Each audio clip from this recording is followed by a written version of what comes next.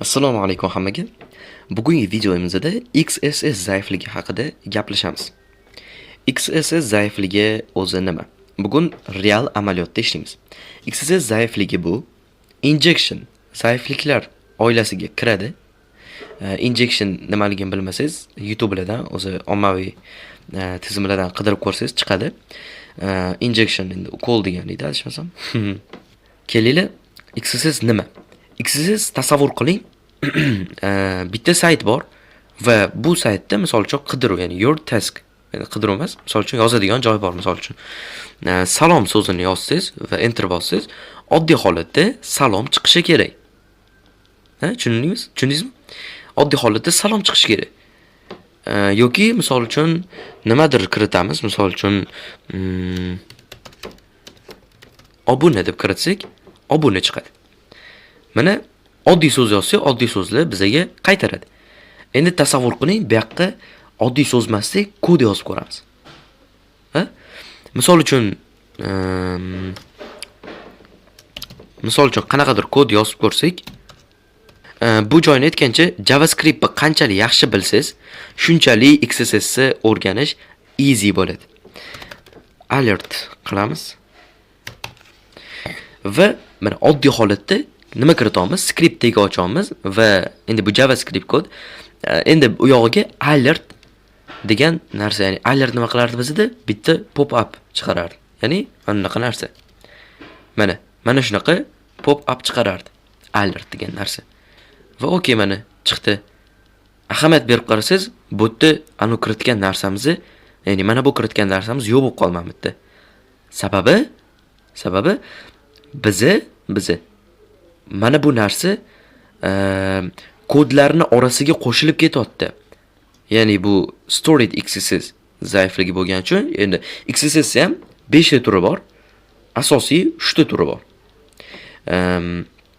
Birinchisi stored, reflected va nima edi? DOM XSS bor edi.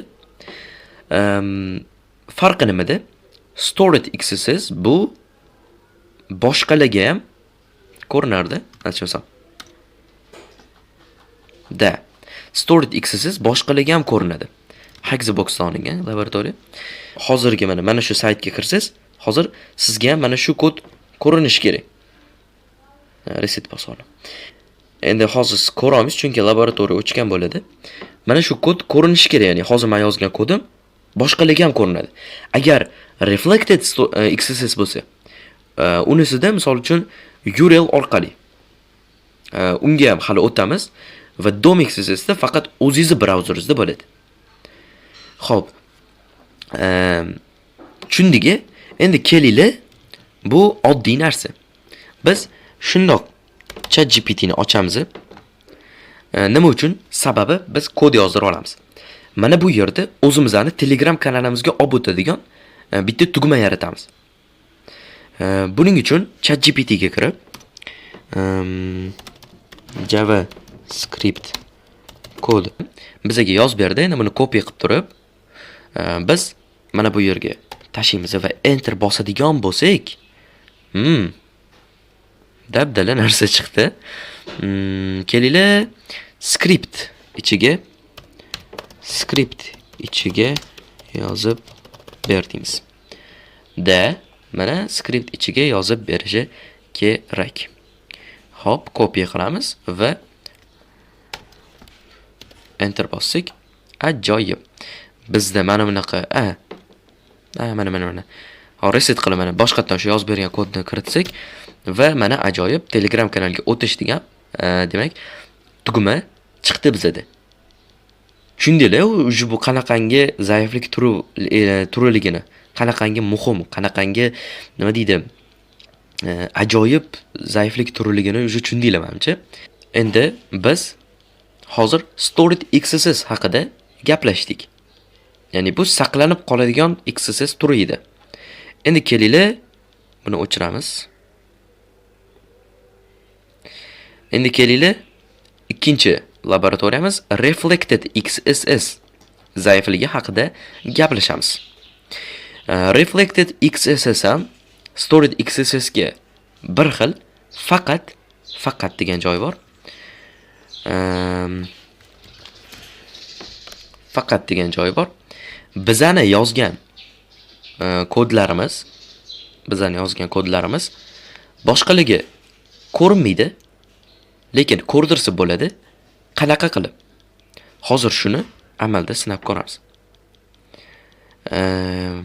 Mana skript kodimizni yozib oldik va bu saytga add qiladigan bo'lsak, mana qo'shildi. Okay. Endi bu joyda yaxshilab ahamiyat beringlar. Boya stored XSS edi, unda saqlanib qolardi. Reflected XSS esa URL orqali ishlaydi. Ya'ni mana hozir biz kodni yozdik-ku. Mana shu kodni URLni olib turib Ubuntuga tashiysiz. Ubuntuga tashaganingizdan keyin u shuni ochsa, sizni yozgan kodlaringiz ishga tushib ketadi.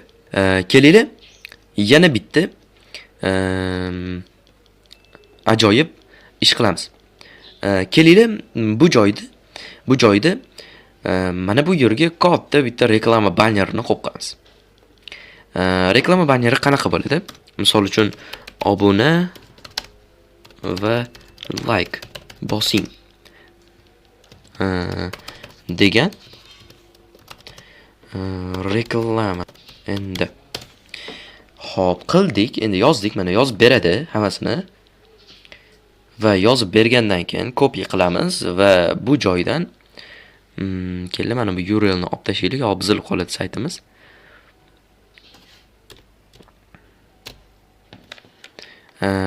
Endi mana tozalandi. Hop. Tashab turib enter bosadigan bo'lsak, ajoyib. Obuna va like bosing, eng so'nggi yangiliklarni o'tkazib yubormang. Mana shunaqa narsalar bo'ladi.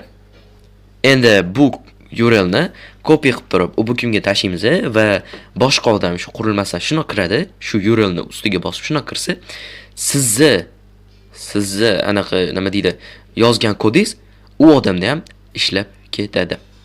Agar mana shu URL emas, oddiy default holatdagi saytga kirsa, misol uchun mana shu saytga kiradigan bo'lsa,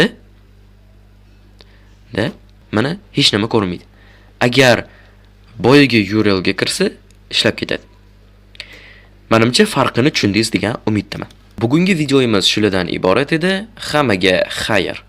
Obuna va like bosing, bundan ham qiziqroq videolar hali oldinda.